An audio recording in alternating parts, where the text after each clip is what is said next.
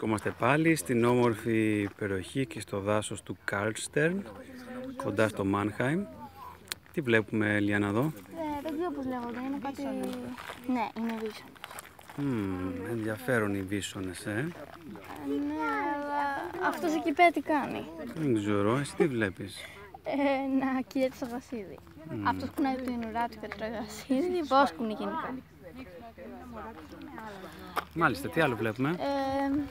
Πιο πέρα είχε αγοριογούρνα, τα περάσαμε όμως. Αχα. Εδώ πέρα βλέπω και κάτι σαν μια κατσίκα ή γαζέλα πιο πίσω. Πολύ πιο πίσω. Η ελάφη, τι είναι αυτό? Κατσίκα, δεν ξέρω. Και βλέπουμε... Όχι, είναι μωράκι πίσω. Είναι και στο βάθος, που πάνε προς τον Ταΐστρα.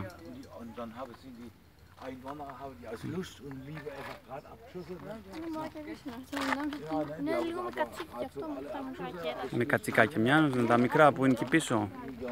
Ωραία. Αυτό από την όμορφη περιοχή του Καρλστέρν στο Μάνχαιμ, στη Γερμανία. Βλέπουμε και πρώτη φορά και βίσονες. Σαν τι μοιάζουν οι βίσονες, Ελιάννα? Λίγο με ταύρο. Αχα. Μαγελάδα. Και έχουν και κερατά. Ναι. Μάλιστα. Κάτι μάθαμε και σήμερα και είδαμε και τους βίσονες. Ελπίζω να σας άρεσε. Γεια!